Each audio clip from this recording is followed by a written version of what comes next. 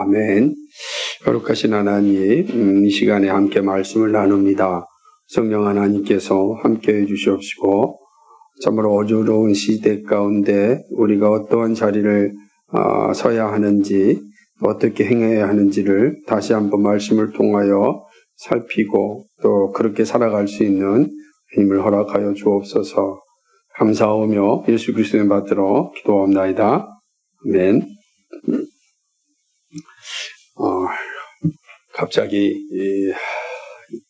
벌써 이틀이 됐죠. 그냥 계엄령이 비상계엄령이 선포됨으로 인해서 온 나라가 발칵 뒤집혔고, 또 전 세계에서 대한민국은 위험한 국가라 이렇게 인정을 받아서 전쟁 중인 이스라엘과 우크라이나도 대한민국을 여행 제한 국가로 정했다는 것. 참 어이가 없지만 너무나 씁쓸하고, 그러니까 본인들이 실제 전쟁이 일어나고 있음에도 불구하고 우리나라가 더 위험하다 이렇게 판단을 한 것입니다.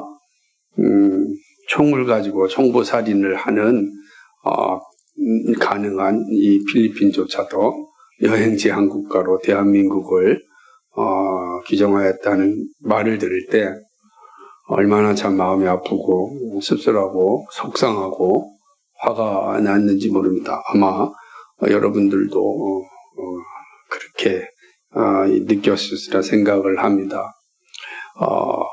아직까지도 어느 것 하나 정리되지 아니하였고 무엇이 옳고 그름인지 아직도 판단되지 아니한 상황 가운데 여전히 이 분노 가운데 다수의 백성들은 존재하고 있고, 또 안타깝게도 이러한 상황에 대해서 또 이 계엄이 또 정당하다라고 이야기하는 참 이런 사람들도 있는 어수선하고 참 처참한 그런 상황 가운데 있습니다. 우리가 살다 보면 아이를 키우는 부모 입장에서 아이가 말을 듣지 않는다고, 그죠? 징그럽게 말을 듣지 않는다고 그 아이를 학대하고 그 아이를 폭행하고 그 아이를 총과 칼로서 해치려고 한다면 어떻게 되겠습니까? 우리나라 법은 그 부모가 자격이 없다라고 이 친권을 박탈하는 그런 판결을 내리고 있습니다. 참 이러한 상황을 보면서 참 많은 생각을 하지 않을 수 없는 그런 모습입니다. 아무리 통치하는 게 어렵고 힘들어도 어떤 군대를 동원해서 이렇게 국가의 문제를 해결하려고 했던 것은 참으로 속이 상하고 화가 납니다. 그렇게밖에 할 수 없었을까라는 생각을 계속해서 할 수밖에 없는 그런 밤인 것 같습니다. 제가 오늘 이 참담한 상황 가운데 하나님께 기도하고 하나님 땅에 평화와 공의를 주옵소서 라고 이제 기도 제목을 올렸더니 또 목사님이 이 로마서 1장 1절 13장 1절로부터 9절까지를 갑자기 저에게 답글로 보내면서 하나님께서 잘 해주시길 바랍니다 라고 이제 보내왔습니다. 어떤 의도일까? 왜 로마서 13장 1절로부터 8절 말씀이 지금 상황 가운데 잘 해결돼야 될 말씀으로 주어졌을까? 저는 이 말씀에 대한 오해가 있음을 보면서 가슴이 아팠습니다. 많은 한국교회도 많은 또 신앙인들이 말씀 중심의 삶을 산다고 강조하면서 그 말씀이 가지고 있는 본의를 잘 이해하지 못함으로 인하여 말씀이 곡해되는 상황들이 참 많이 있습니다. 그 중에 하나가 바로 오늘 우리가 살펴볼 로마서 13장 1절부터 7절까지 말씀인 것입니다. 로마서는 매우 중요한 말씀이고 아마 내년에 제가 이제 로마서를 강의하는 나이가 되어서 강의를 하게 될 텐데요. 로마서는 정말로 아주 엄밀하게 잘 짜여져 있는 그런 서신입니다. 그래서 하나하나가 되게 그 단어, 한 문장, 한 문단이 아주 명확하게 논리적으로 잘 이렇게 받쳐져 있는 말씀이기 때문에 우리의 신앙을 매우 견고하게 하는데 중요한 서신이 로마서입니다. 그 중에서 이제 가장 많이 이제 오해되기도 하고 어렵게 해석되기도 하는 그 본문인 이 로마 13장, 그리고 이걸 바울의 국가관이라고 하는 그런 제목으로도 많이 이 책이 나오기도 하는 부분입니다. 로마서 13장 1절에서 명확하게 가르치는 것은 뭐냐면 위에 있는 권세들에게 복종하라 이렇게 이야기합니다. 위에 있는 권세, 이 당시의 권세는 황제를 의미합니다. 황제를, 그러니까 황제에게 복종하라라고 하는 의미입니다. 로마 시대이죠. 그때의 로마의 황제들은 오늘 우리가 생각하고 있는 대통령이 가지고 있는 권한과 비교할 수가 없습니다. 이때는 황제 자체가 국민들의 생명의 여탈권을 가지고 있는 그런 권력자입니다. 그래서 이 로마 황제가 가지고 있는 권력이라고 하는 건 어마어마한 권력입니다. 그래서 기독교인을 핍박할 때 그들을 잡아서 횃불로 삼았던 역사가 있습니다. 사람을 횃불로 사용했어요. 얼마나 끔찍하겠습니까? 그것이 바로 황제가 가지고 있는 어마무시한 권력입니다. 그런데 바울은 이야기하기를 각 사람은 위에 있는 권세자들에게 복종하라 이야기합니다. 그러면서 이야기하기를 권세는 하나님으로부터 나지 아니함이 없나니 모든 권세는 다 하나님이 정하신 바라 이야기합니다. 명제가 분명하죠. 권세는 다시 말하면 왕권 혹은 위정자는 하나님이 정하신 바라 하나님께로 나오지 않음이 없다라고 이야기합니다. 이거는 황제뿐만 아니라 이 땅의 모든 권세자들이 다 이 모습을 가지고 있습니다. 근데 여기서 오해하지 말아야 될 것이 하나가 있습니다. 그것은 뭐냐면 황제는 왕은 그 자체로 로마 황제도 마찬가지예요. 로마도 법이 있었으니까요. 법을 초월하여 존재하는 자였습니다. 로마 시대 때는요. 그렇죠. 엄청난 거죠. 법을 지킬 필요가 없어요. 황제는 법을 만든 제정자이니까. 아마 그래서 로마 시대는 아주 끔찍한 역사들이 많이 벌어났던 것 같습니다. 로마 바울은 이제 그런 아주 그냥 무소불위의 권력을 가지고 있는 그 황제를 향하여 그 권력을 하나님이 주셨으니까 순종하라 이렇게 이야기하는 겁니다. 아마 이 말씀을 받아들였던 로마의 기독교인들은 처음엔 당황하였을 겁니다. 안 그렇겠어요? 왜냐하면 이 당시에 기독교인들은 전부 다 핍박을 당하였고 우리가 잘 알고 있다시피 원형 경기장에서 그 사형을 당하는 사자의 밥이 되는 그런 끔찍한 것을 당하고 있었을 텐데 그들을 향하여 그렇게 행하는 황제에게 순종하라 라고 들릴 수 있었기 때문입니다. 왜냐하면 그 권력은 위로부터 나왔다라고 하는 것입니다. 2절에서는 더 명확하게 이야기하기를 그러므로 권세를 거스리는 자는 하나님의 명을 거스리니 거스리는 자들은 심판을 자체할 것이다 라고 이야기합니다. 한술 더 나가는 거죠. 그런 황제의 명령을 거스리는 건 그 황제의 권한을 주신 하나님의 명령을 불순종하는 것이기 때문에 하나님의 심판을 받을 것이다 라고 이야기하는 것입니다. 그러니까 권세가 가지고 하나님이 이 권세를 주셨을 때 그 권세는 하나님의 명령이 분명히 담겨져 있는 거다. 전제예요. 우리 모든 권력이 다 그렇습니다.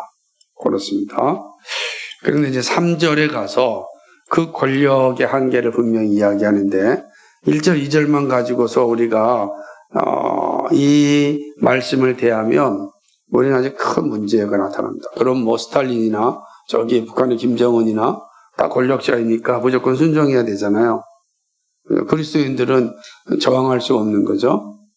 그런데 이렇게 얘기합니다. 3절에 같이 해볼까요? 다스리는 자들은 선한 일에 대하여 두려움이 되지 않고 네가 권세를 두려워하지 아니하렸냐. 선을 행하라. 그리하면 그에게 칭찬을 받으리라. 아멘. 이렇게 다스리는 자들, 그러니까 위에 있는 권세자들은 선한 일에 대하여 두려움이 되지 말아야 됩니다. 그러니까 선한 일, 하나님께서 다스리는 자, 위정자들 세운 목적이 뭡니까? 선한 일을 위하여 세운 겁니다. 선한 일. 그러니까 그들에게는 악한 일을 하라고 명령을 하시지 않았어요.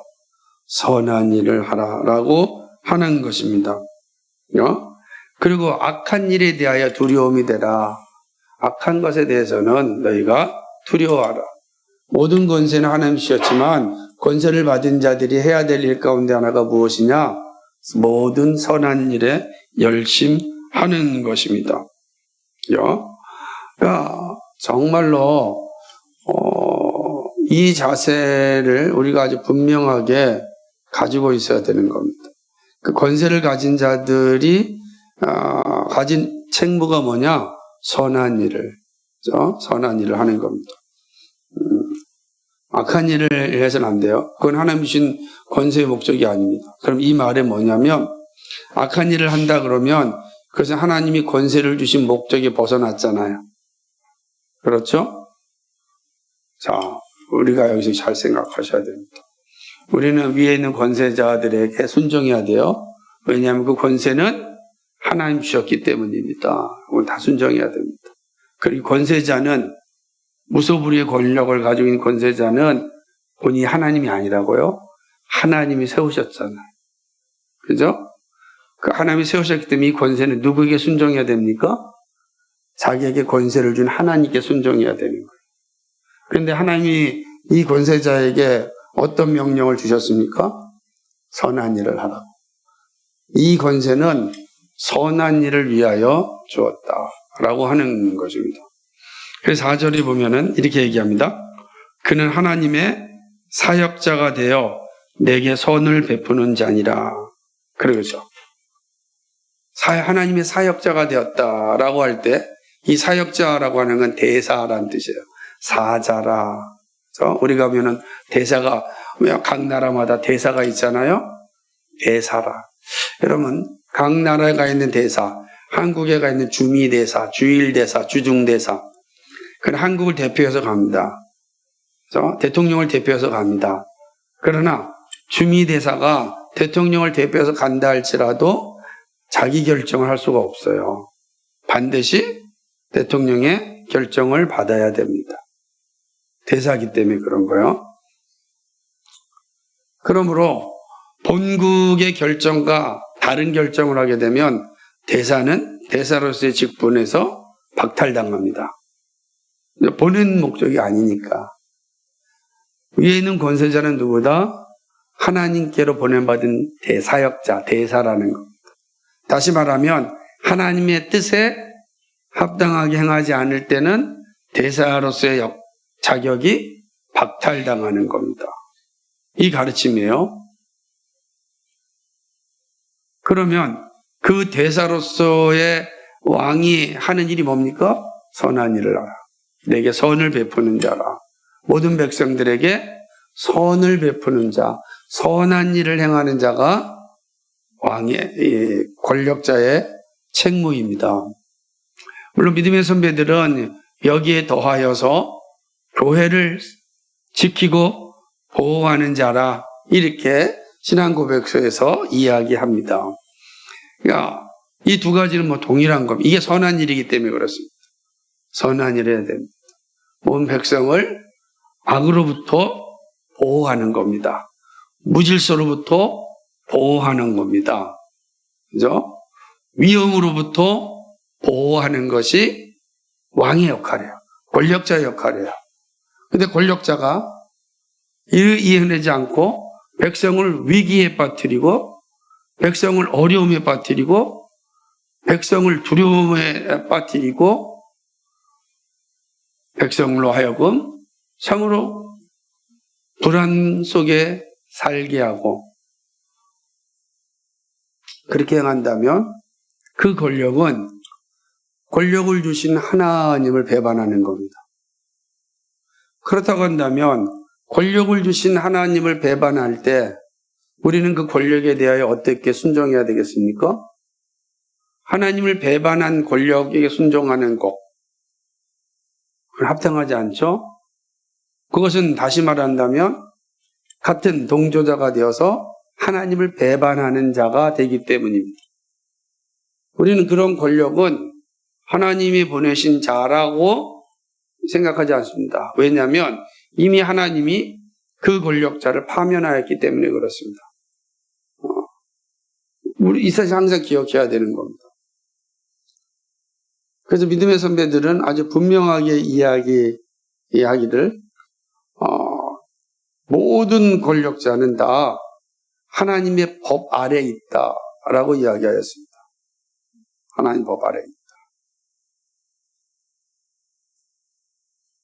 렉스라고 하는 왕가 법이라고 하는 책을 쓴 우리 장로교의 어떤 매우 중요한 기반을 놓았던 신학자인 사무엘 러더퍼드는 그의 책에서 왕이 그 법을 따르지 않고 행동한다면 그 왕의 자리에서 끌어내려야 한다. 그것이 하나님의 법을 순종하는 자의 자세다. 그렇게 이야기했습니다. 아주 엄중한 거죠. 그리고 실제로 그들은 당시의 스코틀랜드 여왕을 끌어내렸습니다. 역사가 보여주는 사실이죠. 오늘 우리는 참 엄중한 시대 가운데 있습니다. 그래서 이 말씀을 왜곡하면 안 됩니다. 바르게 잘 이해해야 되는 겁니다. 모든 권세는 하나님이 주신 권세가 맞습니다. 그럼 우리는 그 권세에 순종해야 됩니다. 그 권세가 조세를 바치라고 하면은 세금을 열심히 바쳐야 됩니다. 질서를 따르라고 하면은 우린 질서를 잘 따르어야 됩니다. 법을 지키라고 하면은 우린 법을 지켜야 됩니다. 그것은 그 왕 권력자를 세우신 하나님의 명령에 순종하는 것입니다. 그러나 그 권력자가 하나님의 법을 어겨서 악을 행하는 자리에 선다면 자기 탐욕과 자기 욕망을 위하여서 권력을 함부로 휘두르고 그로 인해 사회를 불안하게 만들고 백성들을 불안하게 만들다면 그는 이미 하나님으로부터 파면당한 자가 될 것입니다. 그런 자에게 순종하는 것은 그리스도인의 올바른 자세가 아닙니다. 선한 일을 행하지 않고 악한 일을 해 동조하는 건 참으로 처참한 일이기 때문에 그렇습니다. 그러므로 때로는 이 일로 인하여 손해볼 수 있습니다. 이번처럼 아직까지 끝나지 않았지만 실패한 계엄이 되니까 여기저기서 자신들의 학명을 이야기하는 소리가 나오지만 그러나 우리 역사 속에서 보게 되면 성공한 쿠데타가 이어지면 참으로 끔찍한 역사들이 많이 일어났습니다. 이 분합발로 그리고 총과 칼로 정권을 탈취하게 되면 반드시 그에 상응하는 끔찍한 역사가 반복됩니다. 모든 역사가 그랬습니다. 우리가 잘 알고 있다시피 조선제 태조 이방원이 그 나라를 권력을 찬탈하기 위해서 한 일이 무엇입니까? 잘 아는 것처럼 그 정적들을 전부 다 죽였습니다. 정적으로도 그렇게 선주교에서 죽임을 당하였습니다. 각종 반정들이 그렇게 일어나는 것입니다.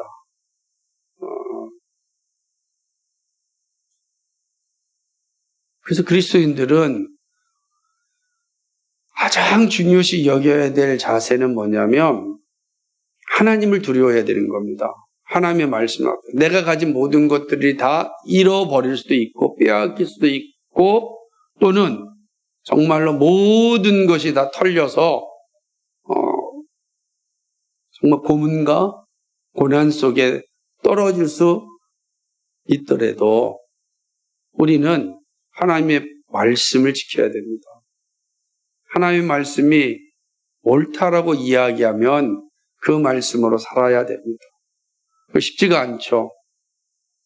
하지만 성령을 의지하여 이 일을 감당해야 됩니다. 믿음의 선배들은 그 일을 감당하였습니다. 쉽게 결정하고 쉽게 말할 수 있는 부분은 아니지만 성경이 우리에게 말하는 원리가 무엇인지를 아는 게 중요합니다. 그래서 우리는 시민불복종이라고 하는 성경의 명백한 가르침을 잘 따라서 알고 있어야 되는 겁니다. 이 두 가지가 명확하다면 우리는 혼돈된 세상 속에서 흔들리지 않으며 살아갈 수가 있는 겁니다. 하나님의 사역자. 하나님의 사역자라는 걸 잘 기억하십시오. 그가 할 일은 하나님의 명을 따라 순종하는 것. 그 외에는 하나님의 사역자로서 하나님이 어떠한 권한도 주시지 않았다라고 하는 사실입니다. 계미라고 하는 엄청난 사건 가운데 아마 많이 당황스러워할 겁니다. 더군다나 한국 기독교가 진보적인 정권보다도 보수적인 정권을 만들기 위해서 정말 많은 노력을 행하였는데 그렇게 세운 대통령이 참으로 비상식적인 일로 인하여서 매우 좀 당황스럽게 만들었고 모든 교단들이 다 성명서를 발표하는 건 그만큼 이 문제가 정의롭지 못하다라고 하는 반증입니다. 그러나 그런 성명서 이전에 오늘 우리는 성경이 말하는 것이 무엇인지를 명확하게 알고 있는 게 더 중요합니다. 그 대표적인 본문인 오늘 이 말씀 설명드렸던 것처럼 이 말씀을 잘 기억하고 이 말씀을 잘 가지고 있어야 됩니다. 그래서 하나님의 사역자지 하나님이 없는 사역자가 아니에요. 그런 대사일 뿐입니다. 대사가 대통령 역할을 안 되듯이 대사는 대사의 역할을 충실해야 됩니다. 그래서 오늘 우리 시대 속에서 앞으로 이런 일들이 우리의 일생 가운데 있어서는 안 되겠지만 정말 기도 많이 해야 됩니다. 저는 중학교 3학년 때 아주 끔찍한 트라우마가 있어서 이 사건을 보면서 정말 좀 이틀 동안 온몸이 계속 아픈 상태로 있는 겁니다. 이게 얼마나 끔찍한 것이 잘 알기 때문에 그러니까 우리가 정말 기도를 많이 해야 되고 위정자들이 정말 하나님의 사역자로서의 자기 본분을 잘 지킬 수 있도록 우리는 기도해야 됩니다. 그래서 쉽게 우리는 위정자들에 대해서 쉽게 말해서도 안 되고 그렇다고 해서 하나님의 법을 떠난 무조건적 순종돼서도 안 되는 겁니다. 하나님의 법에 근거하여서 옳으면 옳고 틀리면 틀리다라고 말하면 됩니다. 그리고 우리는 늘 기도해야 됩니다. 왜냐하면 권세는 하나님께로 왔기 때문에 그 권세가 하나님의 뜻에 합당하게 쓰여질 수 있도록 기도해야 됩니다. 그런 측면에서 오늘 우리의 시대는 우리가 제대로 기도하지 못한 그런 모습이라고 저는 생각합니다. 우리도 회개해야 됩니다. 기독교인 우리가 회개하지 아니하면 이 끔찍한 상황을 회복할 수가 없습니다. 하나님께서 어쩌면 한국교회에 주는 경종이라고 생각을 합니다. 우리는 정말 기도해야 됩니다. 이 나라 이 민족이 또다시 저 끔찍한 상황에 떨어지지 않도록 기도해야 됩니다. 한국 사회는 최소한 10년 아니면 20년 뒤로 후퇴했습니다. 이제 우리 후퇴했습니다. 우리는 아주 불안한 국가가 되었고 비민주 국가가 되었고 이렇게 좀 후퇴하였습니다. 오늘 아침에 한 목사님이 통화를 했는데 중국에 있는 그 사람 원래 화교였기 때문에 중국에 있는 자기 친구 공안이 전화가 왔는데 야 거기 괜찮냐? 거기 한국 가면 다 잡혀간다고 하는데 어떠냐? 중국에 있는 사람이 그렇게 얘기했다는 거예요. 끔찍한 거죠. 너무 가슴이 아픈 거예요.